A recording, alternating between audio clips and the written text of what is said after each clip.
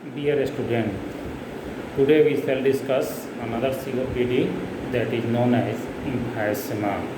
So in the previous class we have discussed chronic bronchitis, and you know the fact that the clinically both chronic bronchitis and emphysema are very much interrelated. In both conditions, the patient may present with the cough with somewhat expectoration, breathlessness, required expectorant, along with same etiology like smoking and air pollution. So there are many similarity between chronic bronchitis and emphysema. So that is why it creates a problem in the diagnosis of these two COPD, chronic bronchitis and emphysema. Sometimes you know the fact that the both condition may coexist in a same patient.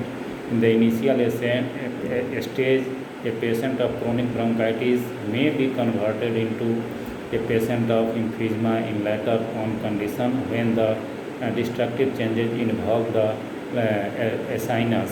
So in this way, there are many similarity, but there are many points on which they differ also, and by noting this difference we are able to diagnose a case of emphysema, and also we are able to differentiate it from chronic bronchitis. So we shall discuss the emphysema in respect of chronic bronchitis. हम लोग सब point को देखेंगे, कहाँ दोनों साथ है, कहाँ दोनों डिफर करता है, उसके साथ हम लोग डिस्कस करेंगे. So let us first of all we shall try to define emphysema. So in definition of emphysema in this way, that it is a permanent irreversible dilatation of air space distal to the terminal bronchiole along with destruction of alveolar wall. So there are two phenomena. First, there is a dilatation of air space distal to the terminal bronchiole, and it is because of progressive, irreversible, permanent destruction of alveolar wall. So when the alveolar wall is going to destroy by any cause, any mechanism, this area is dilated, and due to the dilatation, the air space is dilated. So in this way, there is a development of a disease that is known as emphysema. So emphysema is a combination of two D. What they are? Dilatation of air space distal to the terminal bronchiole along with due to destruction of alveolar wall. तो dilatation होता है, destruction होता है. Dilatation किसका हुआ? Air space distal to terminal bronchiole, और destruction किसका हुआ? एल्व्यूलर वाल का. ये दोनों का कॉम्बिनेशन जो होता है that is known as emphysema. So as you know this fact that the air space distal to the terminal bronchiole is known as a sinus, and this sinus is mainly composed of three main components. One is respiratory bronchiole, another is alveolar sac, and alveolar duct. So these are the three components that included under a sinus.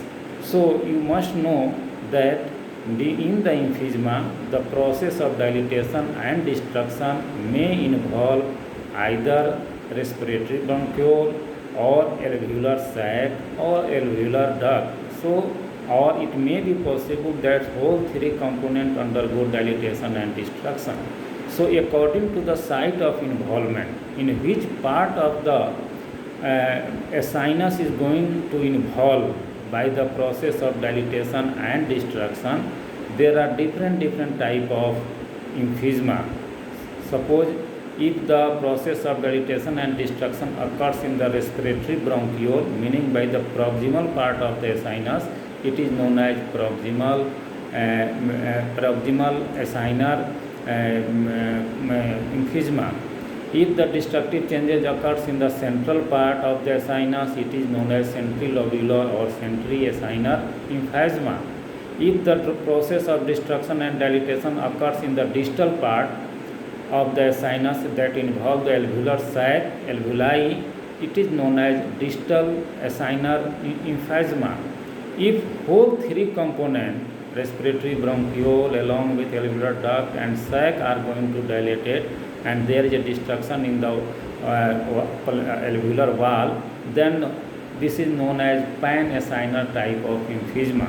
So, on the basis of morphological or anatomical involvement of the segment of the acinus, there are different type of emphysema can be seen, but centri-acinar emphysema is slightly more common in day-to-day practice. They are very commonly associated with chronic bronchitis, and the pan-acinar type of emphysema is although rare, but it is more dangerous because in all three components of the sinus is going to undergo dilatation and destruction. So this is a more severe, more aggressive form of emphysema, and more characteristically that are associated with the genetic abnormality. There is a deficiency of an enzyme known as alpha-1 antitrypsin that may lead to the development of pan-acinar type of emphysema. So there are different many facts about the emphysema, but before going to start the different type of emphysema, we shall discuss the etiopathogenesis of emphysema. The etiopathogenesis, as you know, that यहीं पर थोड़ा सा हम लोग chronic bronchitis से भी relate कर लें, जहां हम लोग क्रोनिक ब्रोंकाइटिस को डिफाइन कर रहे थे क्लिनिकल ग्राउंड पर. There is a persistent occurrence of cough with expectoration for at least 2 to 3 consecutive months in a year for 2 years. So that was the definition of chronic bronchitis, which was defined on the clinical ground. But here you are looking that emphysema is defined based on the morphological ground, that there is destruction of alveolar wall followed by dilatation of air space distal to the terminal bronchiole, meaning by in the sinus undergo dilatation due to the destruction of the alveolar wall. So that is known as emphysema. So there are difference between two here. One is defined clinical ground, another is defined on the morphological ground. Similarly, in the etiopathogenesis there is similarity. Both are due to the smoking and air pollution. But one thing is that the emphysema is a progressive disease, so it occurs in the late stage, although chronic bronchitis occurs in the middle age group of the people. So smoking is the major cause of chronic bronchitis as well as emphysema. Air pollution is the another less important cause, but it may also cause emphysema. So these are the two major cause of both chronic bronchitis and emphysema.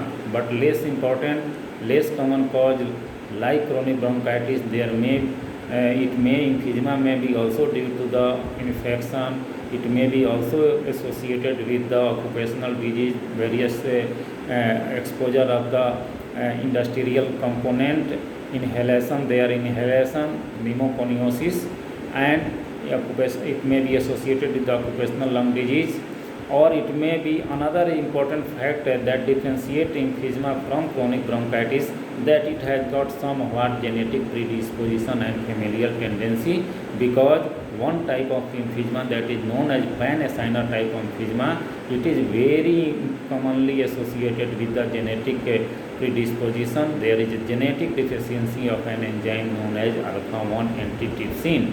So you are just recall that in chronic bronchitis there was no role of the genetic predisposition and familial tendency, but one type of emphysema known as pan-acinar, it may be associated with genetic alteration.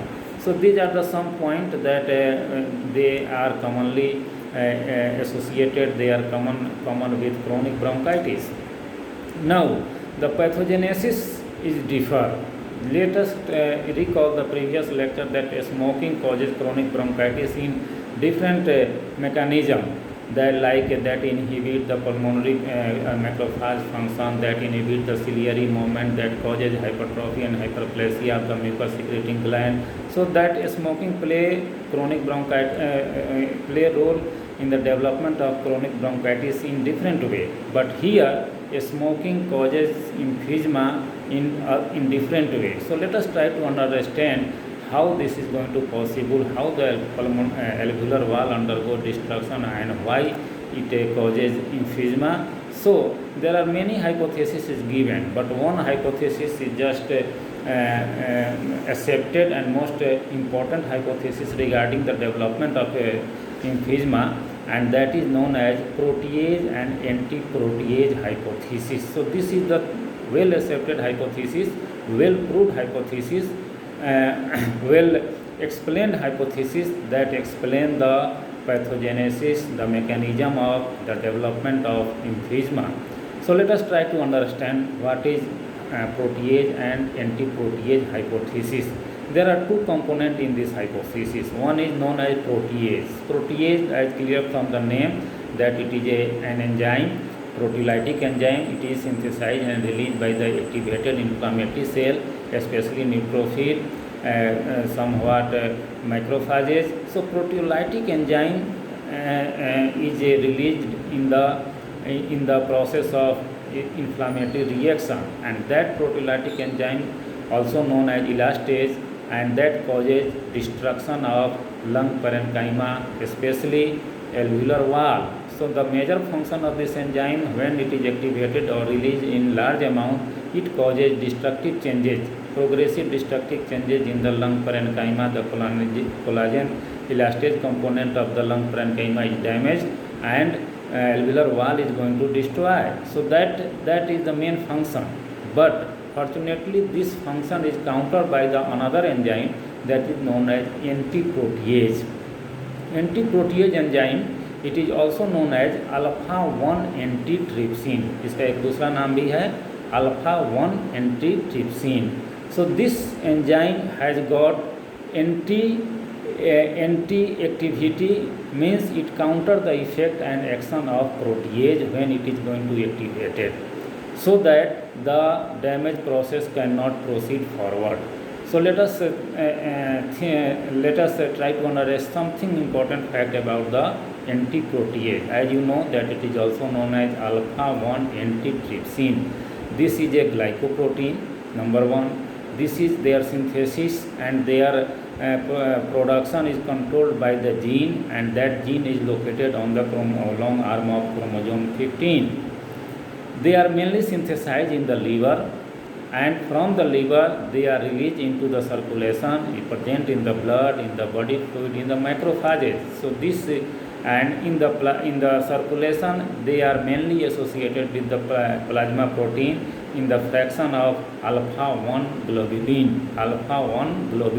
So electrophoresis किया जाए तो इसी component के अंदर ये मिलता है, that is alpha-1 antitrypsin, which is also known as anti-protease.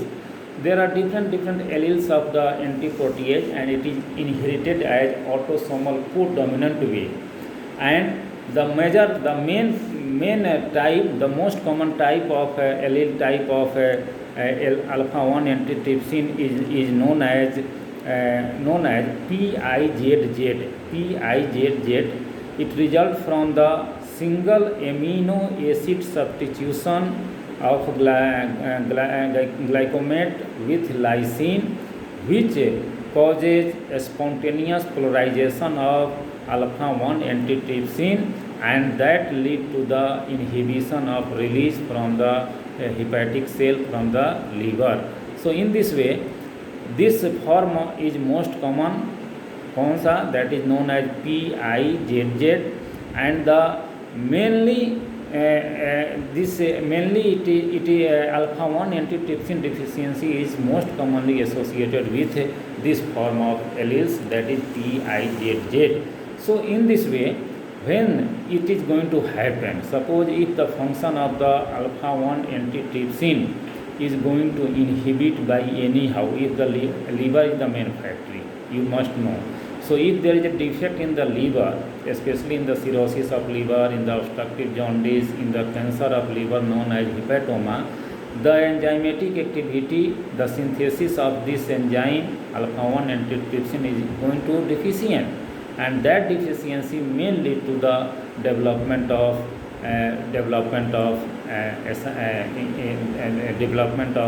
emphysema. So alpha 1 antitrypsin deficiency may be associated with, besides pulmonary emphysema, it may be associated with the obstructive jaundice in the infant, in the cirrhosis of liver, in the hepatoma. So these are the some possibility of alpha 1 antitrypsin deficiency.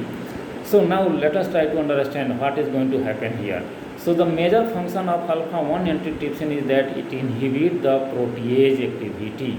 So if any region that causes inhibition of the activity of alpha 1 antitrypsin, that lead to the imbalance between the activity of protease and antiprotease like alpha 1 antitrypsin, वो कारण जो कि या तो protease की activity को बढ़ा दे या अल्फा 1 एंटीप्रोटीएज अल्फा 1 एंटीट्रिप्सिन की एक्टिविटी को घटा दे. तो what will be the possibility, what will be the changes? If it is going to happen, then it may lead to the destruction. And destruction of what? Destruction of pulmonary, destruction of alveolar wall. And when the wall is destroyed by by this phenomena, this is followed by the dilatation of the air space distal to the terminal bronchiole, and in this way the two things is going to happen. There is dilatation, there is destruction. So certainly that may lead to the development of emphysema. So alveolar wall remain intact, healthy. ये healthy और intact तब तक बना रहेगा alveolar wall जब तक कि there is a balance between the activity of this two enzyme. कौन कौन? Protease and anti protease like alpha 1 antitrypsin. But when the balance is going to disturb and disturbance in the what for? When the activity of protease enzyme is going to enhance and activity of alpha 1 antitrypsin is going to decrease. So in this situation the result will be very dangerous. The alveolar wall is undergo destruction and progressively it weaken, and when air passes through this damaged alveolar wall, the sinus become more dilated and dilated, lung become more voluminous, it form in the hyperinflated stage. So lung का size बढ़ने लगेगा because there is dilatation of air space. Why dilatation? Because of destruction of alveolar wall. So in this way this is going to happen, and in the fact ये है in case of smoking, prolonged exposure of smoke or air pollution causes both phenomena. What phenomena? First, it also enhances the activity of protease enzyme by causing inflammatory reaction by the infiltration of the activated neutrophil that releases large amount of protease enzyme, elastase enzyme that causes destruction, and at the same time it also inhibits the function of alpha 1 antitrypsin, and that will give to the additive action.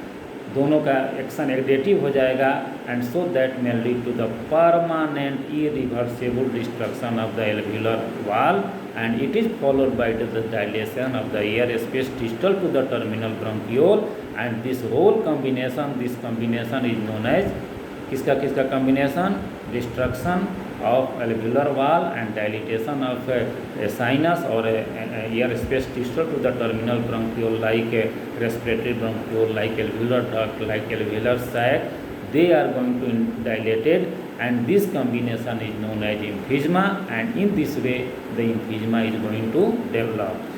चूँकि दोनों का etiology same है, तो in the initial stage smoking and air pollution causes chronic bronchitis by the different mechanism. By the mechanism you already know in the chronic bronchitis. But as the disease progresses, when the smoking and exposure of smoke and air pollution is continued for further long duration, then it may causes destructive changes in the lung parenchyma, especially the alveolar wall undergo destruction, and there is dilatation, and that may lead to the emphysema. So in this way the both conditions can coexist, in the initial stage there is chronic bronchitis, in the last stage there is chance of development of इम्फेजमा. although it is not necessary, ये कोई ज़रूरी नहीं है कि सारे chronic bronchitis इम्फेजमा का ही रूप ले ले या हर इम्फेजमा में क्रोनिक ब्रोंकाइटिस हो, ऐसा नहीं है, लेकिन there may be a possibility, you must know. So this is the etiopathogenesis of emphysema. I think all of you understand the concept. Mainly there is a role of two enzymes, protease and antiprotease, like alpha-1 antitrypsin. If the cause which enhances the activity of protease enzyme and decreases the activity of alpha-1 antitrypsin, certainly the alveolar wall is going to destroy and damage, and that is followed. This area is followed by progressive dilatation, and that may lead to the development of emphysema. So in this way the emphysema is going to develop. Now when the emphysema is going to develop, what happen in the lung? जब lung parenchyma damage हो गया, distal part of terminal bronchiole, especially respiratory bronchiole, alveolar duct and alveolar sac जो destroy हुआ, dilate हुआ, तो क्या changes होगा? So firstly, grossly, the affected lung becomes more voluminous. Air will be accumulated in the dilated area. Dilatation हुआ, expansion हुआ, so lung become more expanded way, more voluminous, more inflated way. तो जिस lung में अगर ऐसा changes हो रहा है, डिस्ट्रक्शन और डिलेटेशन की प्रक्रिया हो रही है, वो लंग थोड़ा सा साइज उसका बड़ा हो जाएगा, मोर वॉल्यूमिनियस हो जाएगा, हाइपर इन्फ्लेटेड रहेगा एंड डिस्टेंडेड फॉर्म में रहेगा. And the another, because of distension, the margin of the lung is going to become not sharp, it become more rounded, it becomes more pale. There is a vascularity is going to decrease because of the over infiltration, so lung become pale. There is another very important characteristic changes is seen in the emphysema, in the lung autopsy, is that there is a presence of air-filled spaces, air-filled lesion, that is known as bullae and blebs. So bullae is nothing but it is a air-filled cystic space, about diameter is about 1 centimeter, and they are due to the rupture of the alveolar wall, and that may lead to the development of a air space containing lesion on the surface of the lung, and that is known as bullae. And sometimes blebs is also found because of the rupture of the alveoli. It is just remain in the subpleural region. Lung has got adjacent to the pleura. So in the alveoli, when the alveoli is going to rupture, the air passes and accumulated in the subpleural region. Subpleura के ठीक नीचे air जमा हो जाएगा, and that is known as blebs. And when it is occurs in more advanced stage, this air can enter into the pleura, because the pleura is just adjacent to the lung surface. So if the bullae is ruptured or the blebs is ruptured, the air can accumulate into the pleura, and that create a very emergency condition. Your patient may complain a sudden onset of the chest pain followed by the severe breathlessness, and that may create a medical emergency in the form of pneumothorax. So that condition is pneumothorax. Why? Because of air is going to accumulate in the pleural cavity because of the rupture of the blebs or bullae present on the surface of lung parenchyma. So this is a complication can be seen in case of emphysema. When the patient cough more severely or more strongly cough, that may cause a rupture of the bullae, and that air can enter into the alveoli, in the pleura, and that will lead to the development of a spontaneous pneumothorax. So this is the changes grossly can be seen in case of emphysema. If you go for the microscopic examination, that may be associated with the finding. You must know this, but in all type of emphysema, only the microscopic changes will be what? There will be destruction. Destruction of what? Destruction of alveolar wall. And there is dilatation. Dilatation of what? sinus, distal part of the terminal bronchiole like respiratory bronchiole, alveolar duct and alveolar sac. So all three parts may undergo dilatation and destruction. That is very dominantly, very commonly seen in the emphysema, in all type of emphysema. Only that depends upon in which part is going to involve dilatation, and dilatation occurs in the respiratory bronchiole or in the alveolar duct or in the alveolar sac. कहाँ हो रहा है ये decide करेगा type of emphysema, but in all type of emphysema the changes will be same like in the destruction of alveolar wall along with dilatation of air spaces distal to the terminal bronchiole. And if it is associated with the chronic bronchitis, then feature of chronic bronchitis may be seen here. There may be inflammation, there may be infiltration of the cell in the wall. So that is the microscopic picture can be seen in the emphysema. So this is the important aspect of gross and microscopic finding of emphysema.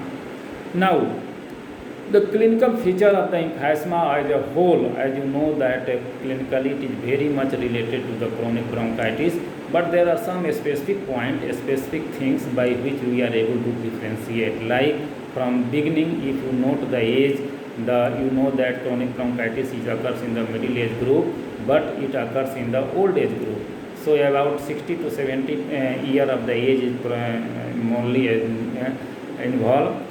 There is a history of smoking, there is a history of exposure of the air pollution in the both condition. So this is the etiological diagnosis can be made. If you go for the examination of the patient, you will be see that in case of emphysema, there is an involvement of accessory muscle. Your patient has got breathlessness. So there is involvement of accessory respiratory muscle in case of emphysema. If you look the chest wall of the patient of emphysema, then the normal thoracic cage cavity becomes barrel shaped. Barrel shaped chest is seen in case of emphysema. If you note the inspect the chest of a patient of emphysema, it has just become a barrel shaped. So this is seen in emphysema, not in the chronic bronchitis. So far the another feature is concerned that you know that note that in chronic bronchitis, cough and expectoration is the early feature, which is muco or mucopurulent. It is the early manifestation, initial manifestation, but cough and expectoration is a late manifestation in case of emphysema. Similarly, the breathlessness is the late manifestation in the chronic bronchitis. और you know that breathlessness कब आएगा, जब lumen में secretary material जमा होने लगेगा, तब जाकर के ब्रेथलेसनेस शुरू होगा. But in case of emphysema, the breathlessness occurs in the early stage.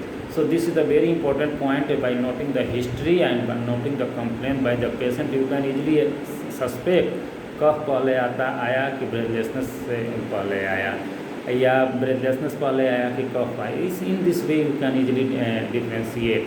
So in the chronic bronchitis, कफ पहले ब्रेथलेसनेस बाद में, जबकि emphysema में ब्रेथलेसनेस पहले कफ बाद में. तो in this way you can sputum production is very much high in case of chronic bronchitis, but it is very much scanty in case of chronic emphysema. So this is another respiratory symptom we can differentiate. Another important fact by which we are able to differentiate by the X-ray examination. In the X-ray examination, we just note that in the chronic bronchitis, the X-ray was either remains normal or there is an enlarged heart shadow or dominancy of pulmonary vessel. But here their lung becomes more voluminous, so it overlaps the cardiac shadow. So the cardiac shadow becomes narrow. There is a tubular heart shadow. हम एक नाम देते हैं tubular heart shadow that is seen in the emphysema. Why? Because the lung becomes more voluminous and it overlaps the cardiac shadow, so that the cardiac heart appear just like a tubule. The trachea or heart ये एक tube में हो गया है, tubular heart shadow. So that is a very commonly seen in case of emphysema, but not in case of chronic bronchitis. So far the infection is concerned, the obstruction is very common in chronic bronchitis, so the infection is more common in chronic bronchitis, but here the obstruction is not so happen severely, so infection is rare in case of emphysema. In case of chronic bronchitis, aeration or air exchange is very less, so the patient is cyanozed. But here the aeration is good, so patient does not going to cyanoze, and there is somewhat tachypnea is seen in case of emphysema. Weight loss is very common in case of emphysema. So in this way, these are the some important point by which we are able to differentiate. If you go for the other investigation, you can easily differentiate. So by noting the clinical history, by noting the respiratory symptom, which symptom come early, which symptom come late, by noting the respiratory examination, if you note because the lung is more voluminous, so if you note the percussion note in the patient of emphysema, so it become more hyperresonant because the air is filled in the lung parenchyma, lung alveoli, so that is why it is hyperresonant. So in this way, by respiratory finding, by the different finding, by the different X-ray finding, by the clinical features, certainly we are able to differentiate emphysema from chronic bronchitis, although there is many similarity regarding the clinical presentation, etiology, both are same in both condition, but there are many points they differ also, and by noting the differentiating point, we are certainly able to diagnose or confirm the case of emphysema. Since it is a irreversible condition, the damage is permanent, so that the prognosis is slightly not good here. Your patient has got breathlessness on exertion, it is a very, and sometimes it may be complicated in the form of pneumothorax, so it is a very dangerous complication. This patient is very prone to develop cor pulmonale also, like all COPD. So cor pulmonale chances of cor pulmonale is also here, so that may lead to the right heart failure or right heart hypertrophy, so that create another problem. So because the damage is permanent and irreversible, so there is no specific treatment. So only the treatment in case of emphysema is what? That is the supportive treatment. So this is all about chronic bronchitis is cured by the proper treatment. So these are the something about both chronic bronchitis and emphysema, and it is all about the type of emphysema is not so important, but you must study from the book a different type of emphysema, and we shall proceed forward because of limited time. You have to finish more remaining courses. So in the next class we shall start another COPD. Till time.